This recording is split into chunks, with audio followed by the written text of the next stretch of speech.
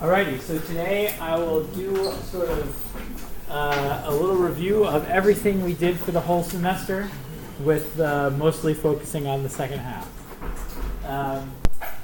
Okay, so the place that we started was with this sort of central solution concept. Well, okay, I guess really the place we started was with games, but I wasn't going to review that part, right? So we've got some games. We want to know in a given game, what should we expect people to do to learn to do animations with favor and so on. And so a given set of strategies in Nash equilibrium, if neither player can improve their payoff by unilaterally switching. And so if you've got our standard payoff matrix like this, AA is a Nash, and say a strict Nash if W1 is greater than Y1, and W2 is greater than Y2. And that means that if both people are playing A, then each person would reduce their payoff if they were to switch to B. And as we saw, people typically learn to play Nash equilibria. And so this is in this sort of static game theoretic version. We also talked about a more sort of population dynamic version, where if you imagine that some fraction P of the population is playing strategy A, then we can say the expected payoff of an A player is going to be P times W plus 1 minus P times X, because with probability P, they'll play another A player and you get W. With probability 1 minus P, they'll play a B player and get X. Similarly, payoff of B is going to be P times Y plus 1 minus P times Z. And so then you can say in any given makeup of the population, which type is getting better, and under the general assumption that strategies that are earning higher payoffs become more common, so that gets us back to the Nash equilibrium concept, because we can see that if A is Nash, that means that when everyone is playing A is doing better than B. That is, if everybody else is playing A, you shouldn't unilaterally switch to B, which is like saying this payoff is greater than this payoff when you put in P equals 1. And similarly, B being Nash means B does better than A when everybody's playing B. And also you can say, so that means in that case where both of them are Nash, then there's going to be some interior equilibrium where also both strategies are doing equally well, and you just set these two things together and you set the payoff of A equal to the payoff of B, and solve that for P, and this will give you the value of P at which both types are getting equal payoffs. And so if you're at either end or you're at that interior equilibrium and you're right there, the population will just stay there either because there's only one type or because the two types are getting the same payoff. And then we get into this question of stability by saying if you were to take one step off, either one step off the end or one step off the interior equilibrium, would selection push you back or would you go away? And so this is where we've got this difference between phi stability, where both ends are Nash equilibria and the interior equilibrium isn't stable, such if you were to step off in the direction of one equilibrium, selection would push you all the way, or one end, selection would push you all the way to the end, versus coexistence, which is where neither of the two pure strategies are Nash equilibria, and the interior equilibrium is a stable equilibrium. Okay, and so then we spent a lot of time talking about prisoner's dilemmas, where it's very simple, it's just no matter what, defection dominates cooperation, and then also a lot of time talking about coordination games, that is situations in which both A and B are Nash, and the question then is when both of them are Nash, what do you expect selection to favor, what do you expect people to do? And as we saw, even in your own gameplay, this risk dominance idea is a useful criteria for figuring out what you should expect to happen. Risk dominance is defined as if you assume that both strategies are equally common, or that the other person is equally likely to play both strategies, either strategy, which strategy does better. That's like saying on this number line that represents the population from all B to all A, if you're right in the middle, which one is doing better, which is another way of saying which of the two equilibria has a bigger basin of attraction. And so you can just say, well, if A and B are equally likely, then the payoff of A is W plus X, and the payoff of B is Y plus Z. Really, both of these are divided by 2, but since you're just comparing them, you can just throw out the divided by 2s. And so A is going to be risk dominant over B if W plus X is greater than Y plus Z. And the interesting part of risk dominance here is that it comes apart from efficiency. So you can have this situation where even though W is greater than Z, so both people are better playing, let's do it. So imagine that Z is greater than W, so both people are better off if they coordinate on B than if they coordinate on A.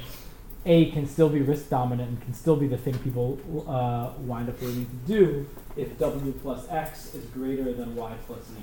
And really what that means is that in these off-diagonal terms, when you miscoordinate, if it's much worse to be the person that played B than played A, then people will learn to play A even though B would be more efficient. Okay, so we took these basic concepts and then we used this framework to think about how can we get cooperation to succeed. And we talked about sort of two different classes of mechanisms for the evolution of cooperation. There were mechanisms based on repeated interactions between two players, or reputation, which is sort of repeated interactions within a group of players. And the key to these mechanisms is that when there's repeated interactions of one flavor or another, I can condition my behavior towards you on how you acted in the past. Or put differently, when I'm deciding what action to take today, I know that others in the future are going to condition their actions towards me on what I do right now. And so if people play strategies like tit for tat or like these various indirect reciprocity norms that we talked about, or if there's signaling going on, what that does is it takes a prisoner's dilemma or a social dilemma where defection dominates cooperation and it transforms it into a coordination game. Where now, if you know that the other person is playing a cooperative strategy, you do better to also cooperate. In a repeated game, if you know the other person's playing tit for tat and the game is sufficiently long, then you do better to also play tit for tat than to defect. And so that's the sort of power of these kinds of mechanisms, is their ability to transform social dilemmas into coordination games. Okay, the other class of mechanism that we talked about is population structure. These included assortment, kin selection, and group selection, or multi-level selection. And these were all mechanisms where you were still assuming that people were just having one-shot interactions. There was no conditioning on past behavior, but still, because of non-random interactions of one flavor or another, you could get into a situation where cooperation could actually dominate defection. So if you know it's very likely you're going to be playing with someone that has the same strategy as you, or if you know that group competition is really intense and cooperative groups beat non-cooperative groups, then it's just strictly better to cooperate than to defect in an evolutionary sense or in a sort of learning dynamic sense. And so it's not coordination. So this sort of transforms a social dilemma into a mutualism in a certain sense. And so that was the first half of the class, basically. And then in the second half of the class, as I'm sure you all recall, we applied these sort of general frameworks to think about some more detailed topics, and the framework that we wound up using, and particularly more psychologically relevant or sort of directly psychological topics. And so a framework that kept coming up again and again in the second half of the class was this dual process model of cognition, which stipulates that rather than just always carefully considering the details of every decision that you're in, sometimes people use heuristics, that is, they rely on sort of automatic, intuitive cognitive processes, rather than stopping and carefully considering things. And these heuristics are rules of thumb that prescribe typically advantageous choices. And this is a sort of good general strategy because assuming that there's some cost involved in deliberating, it takes some effort or time or something to figure out what exactly is the situation that I'm facing, and what are the details. If that's costly, then it's a good idea to have a sort of default that you can use without having to pay that cost that just prescribes the typically advantageous behavior. And then if you have the time or the energy, you can stop and be like, well, does this current situation fit exactly what I'm facing, or is this a situation that is representative, is typical, so I can just go with the intuition? And remember, the key to this sort of dual process framework, at least the way we've talked about it in this class, is a trade-off between ease and flexibility. So you have automatic, intuitive processes that are relatively inflexible but cognitively cheap, or you have the ability to pay a cost in order to get greater flexibility. So we talked about that, and we talked about how this framework also can explain why people exhibit some mixture of intuitive and deliberative reasoning, which is that if the advantages of deliberating, that is, if the more deliberative people there are around, the less important it is for you individually to be deliberating, because the other deliberative people are sort of setting up structures, inventing technologies, and so on that make life easier. Then you can get this interior equilibrium where the more other people are deliberating, the less valuable it is to deliberate, and so you can get some whatever. I'm not going to put that on the test, but that's just for your edification.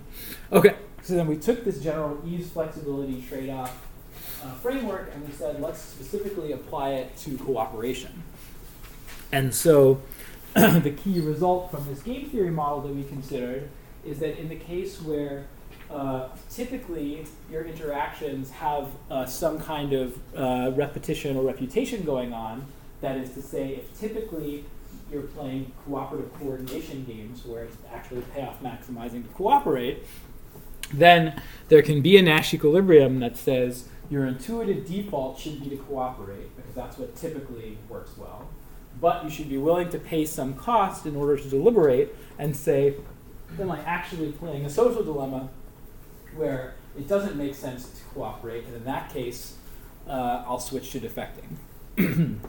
So we've got the intuitive cooperation, and the deliberation supports that intuition if it turns out it's a cooperation game, undermines that intuition if it turns out actually it's a social dilemma where you can get away with defecting.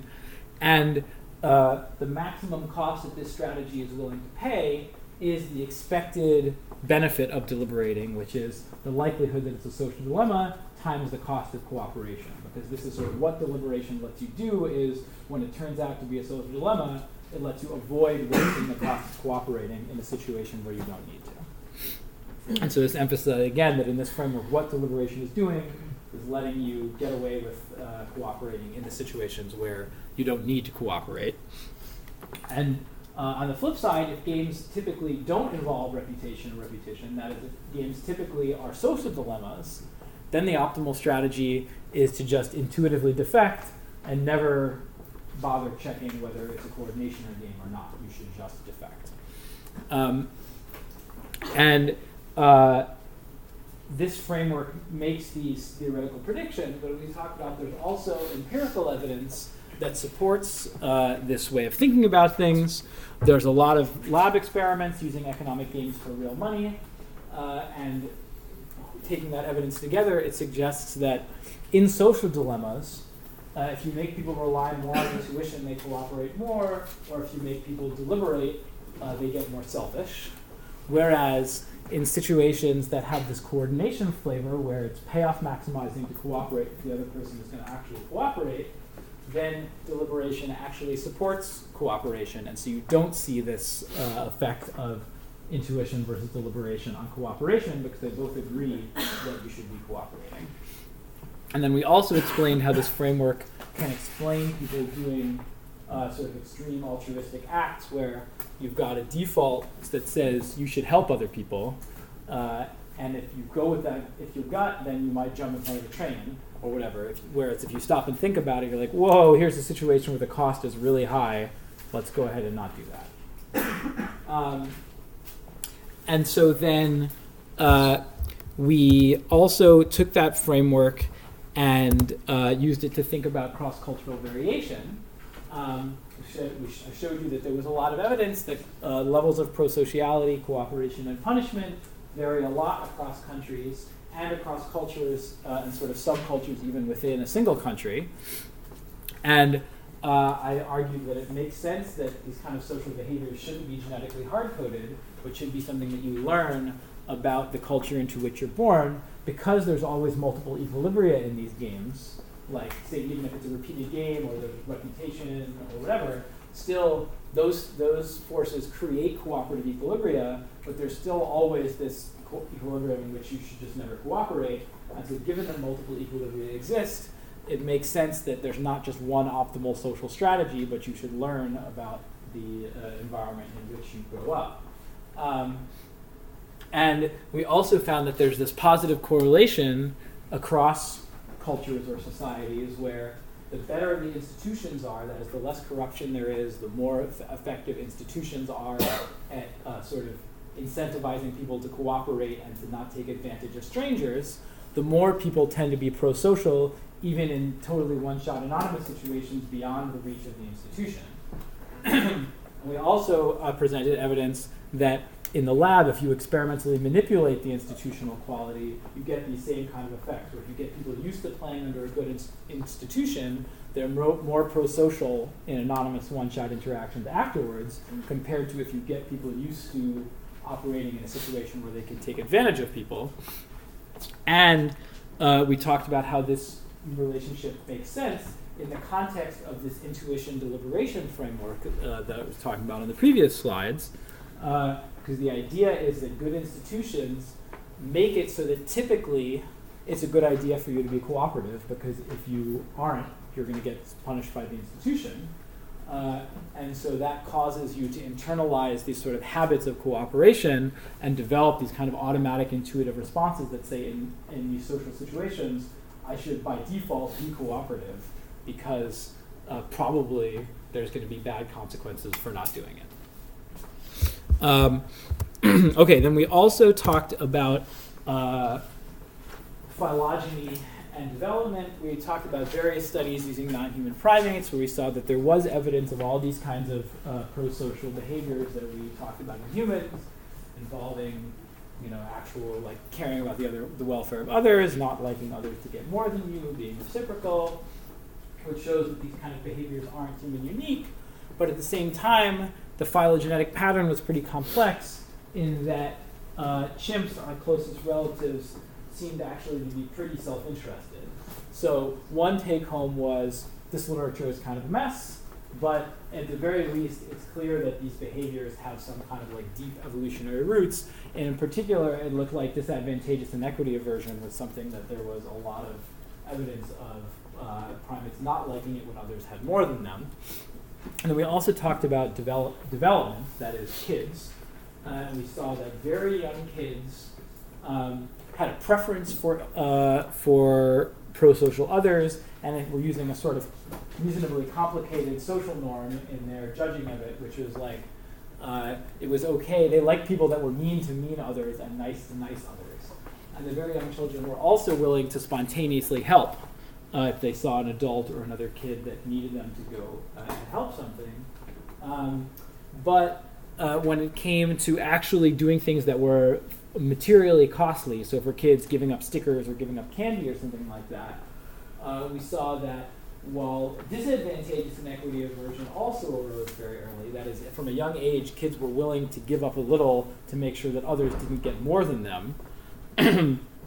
Something that's sort of more pro-social, advantageous inequity aversion, not liking to have more than the others, or just actual sharing, like giving something up materially so that other people can have it, arose later, and the extent to which that arose seemed to vary across cultures, tying in to the cultural stuff I was talking about on the last slide.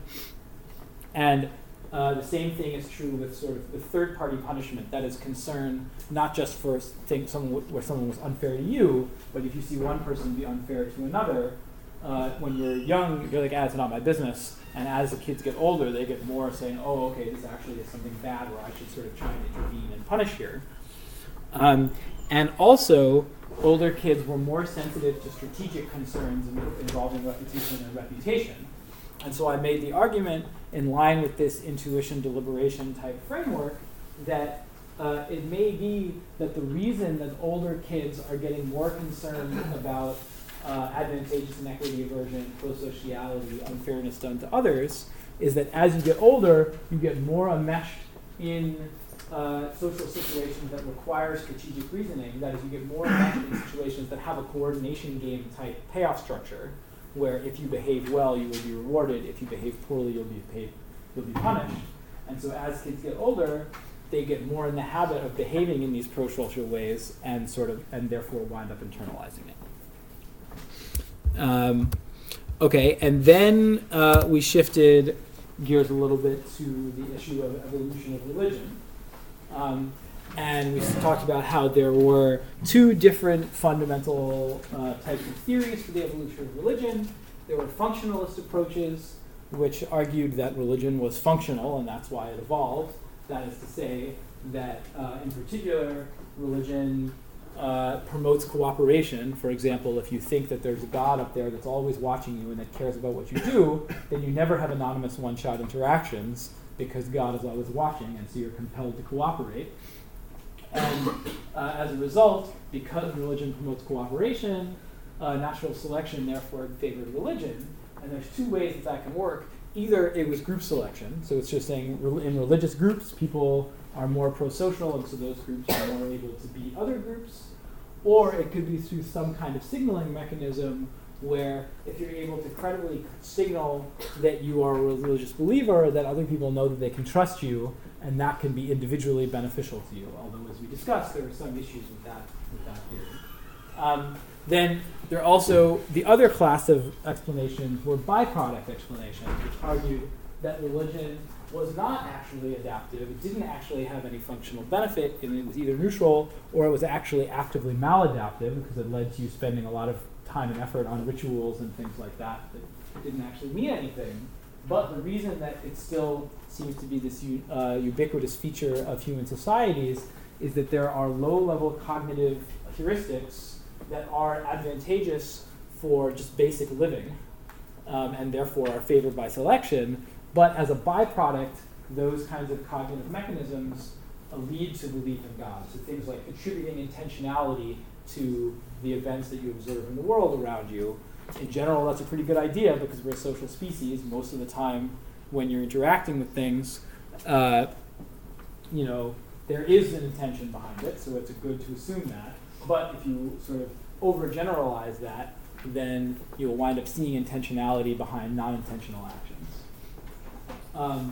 Also, inferring causation from correlation and seeing the mind and the body as separate are sort of general strategies that are generally useful but can support belief in religion. And as I said, this was a still sort of open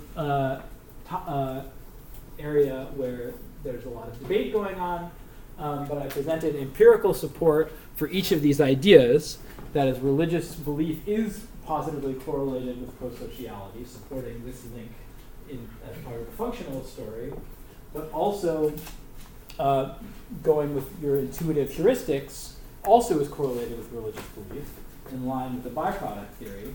And in fact, there's some relationship between these, where at least to some extent, the fact that religious people are more cooperative is explained by the fact that they're more intuitive. So that's evolution of religion.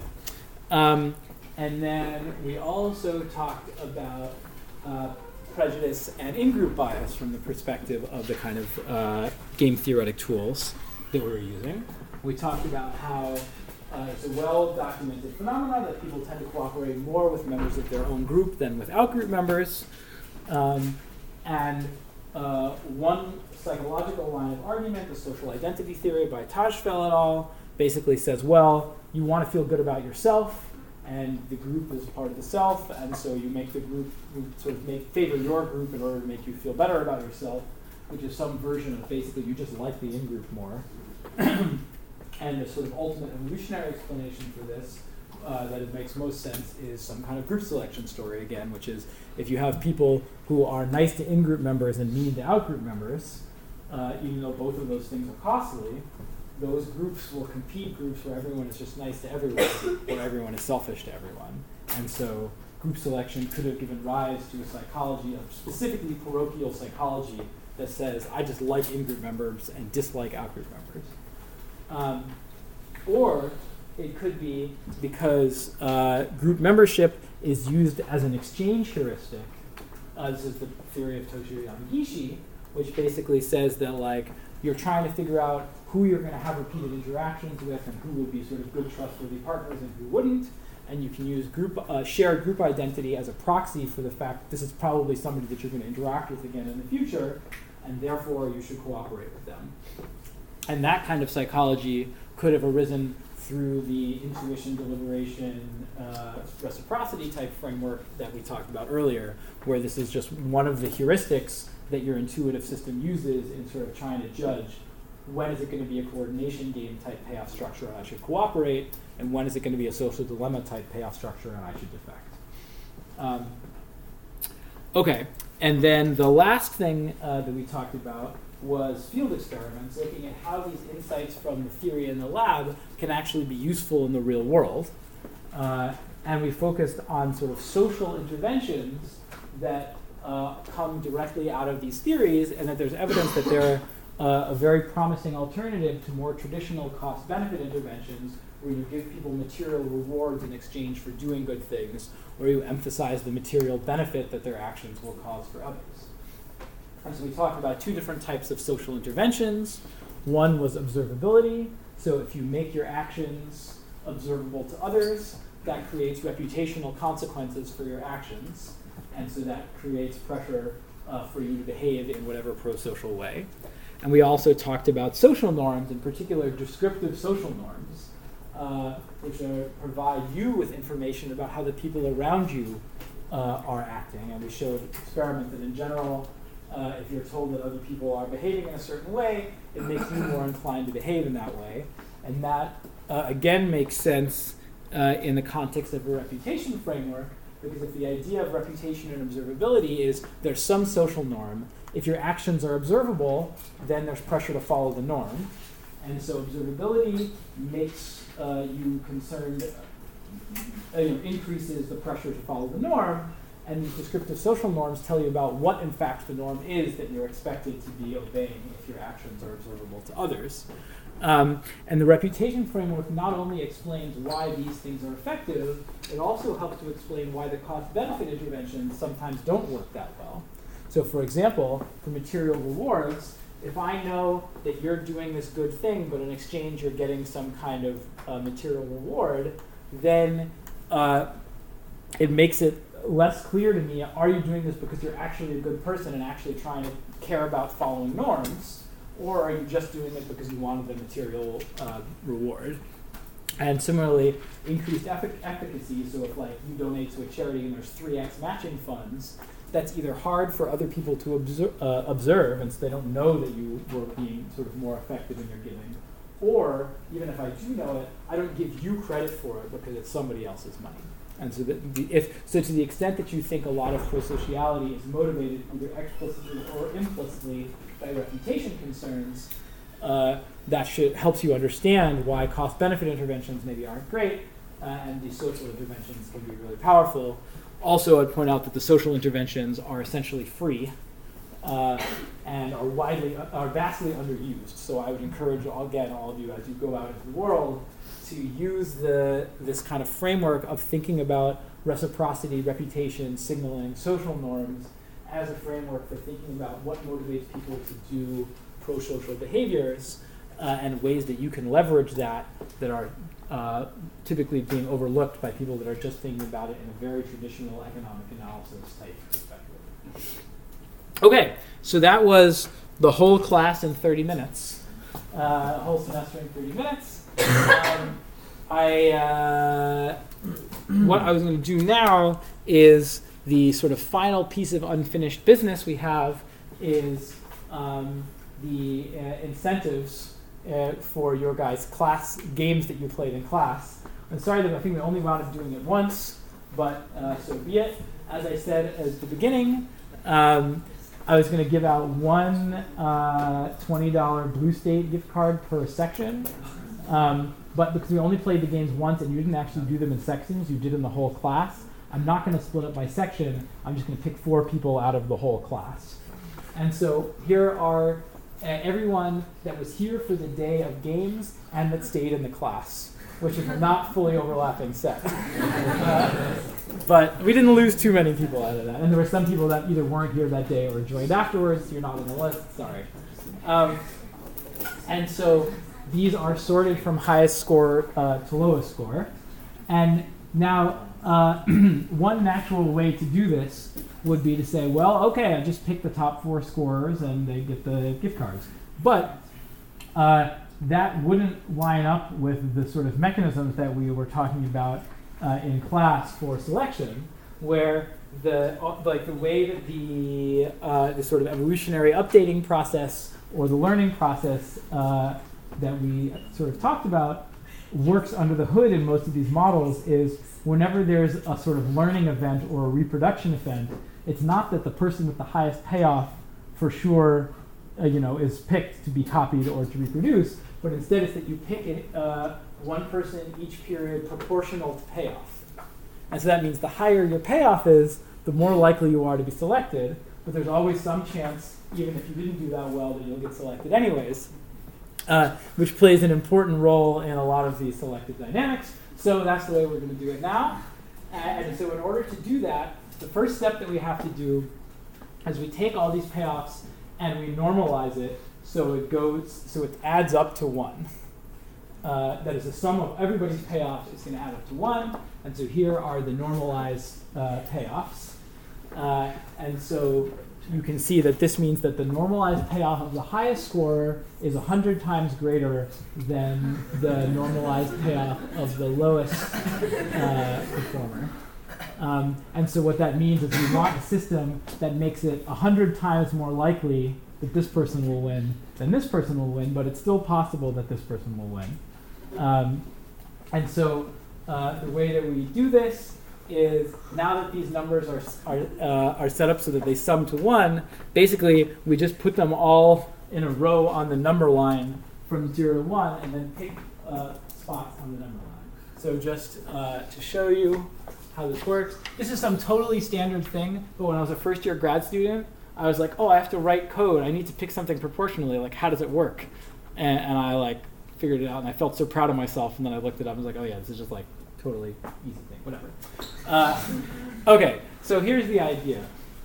You want to pick, like I said, the goal is to have a system where the likelihood that any individual person gets picked is proportional to the number next to their name, and they all add up to 1. And so that means you can string out everyone along the number line. And so, for example, so the first person is 0.02, 32, and we're going to say, okay, and then the next one is 0.0. So the distance between 0 and 0.0232 obviously is length 0.0232, right? Now, in the next one, we want the distance between here and here to be 0.0222. So this is going to be the sum of those two things, which is 0.0454, I think. And so we say if, and so on and so forth. And so then basically what we're going to do is we're going to pick a number between 0 and 1.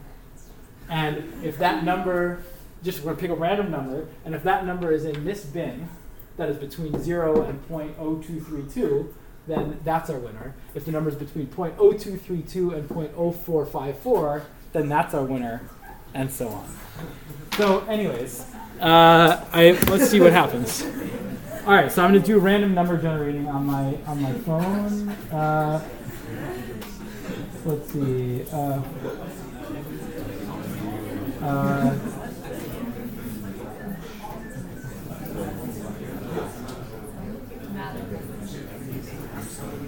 All right, let's see.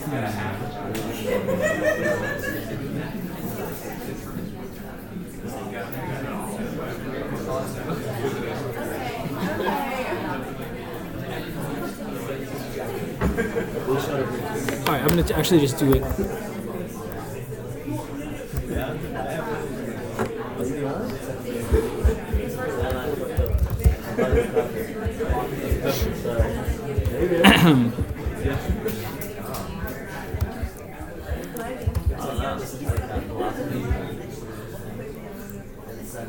Oh yeah, right, and I have to So right. So here are now. I forgot to show you before we do the number.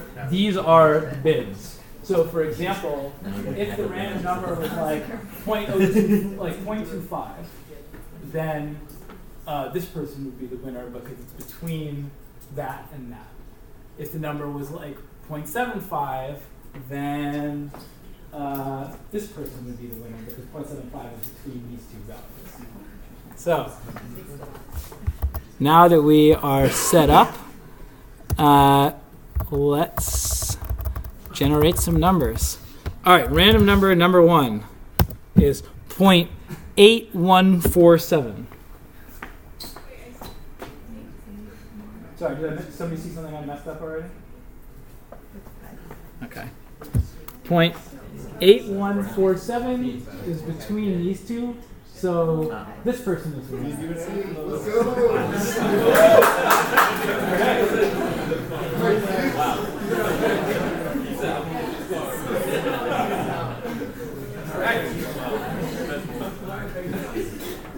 All right, let's do that again. Okay, 0.1270. 1270, so that means this person. Let's go. Yes. Let's go.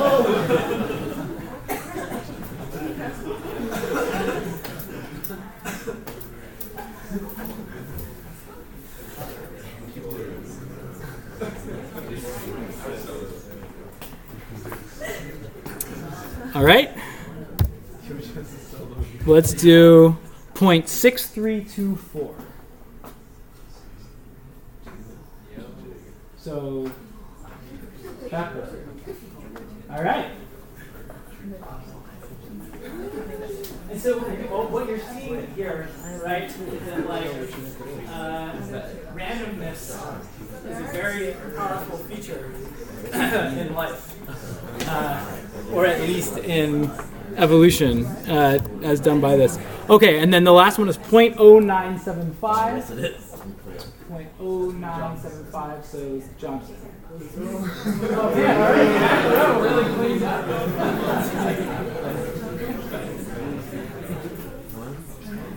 All right. So, anyways, that was a little evolutionary dynamics for you there, and I guess the teaching point, in some sense, is the like the importance of randomness in all of this stuff, which is relevant. It's like a really central feature of all these evolutionary dynamics. So just because one strategy is doing better than another doesn't necessarily mean it's going to become more common. And I feel like also a key feature of life. One of my a professor at Cornell that I liked a lot said he wished he had thought of this ahead of time, but he only thought of it later. But he thought a cool feature to make salient, the behavioral economist was to make salient the important role that randomness plays in life is as part of one's wedding ceremony, have a built-in part of the wedding ceremony that you flip a coin to see who takes whose last name. And you guys, like, as a binding commitment ahead of time, everyone agrees, all right, we're going to flip a coin as part of the ceremony, and we go with it. So there's a cool idea. Anyways, so that's basically what I had to say. I just wanted to say thanks to all of you guys for a really fun semester.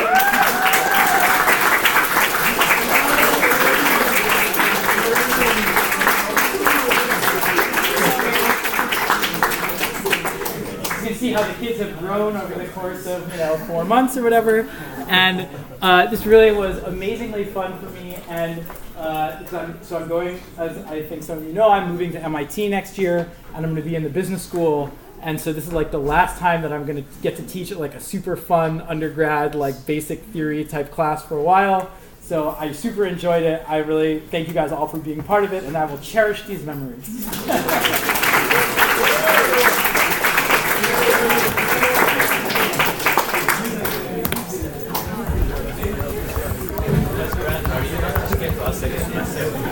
What?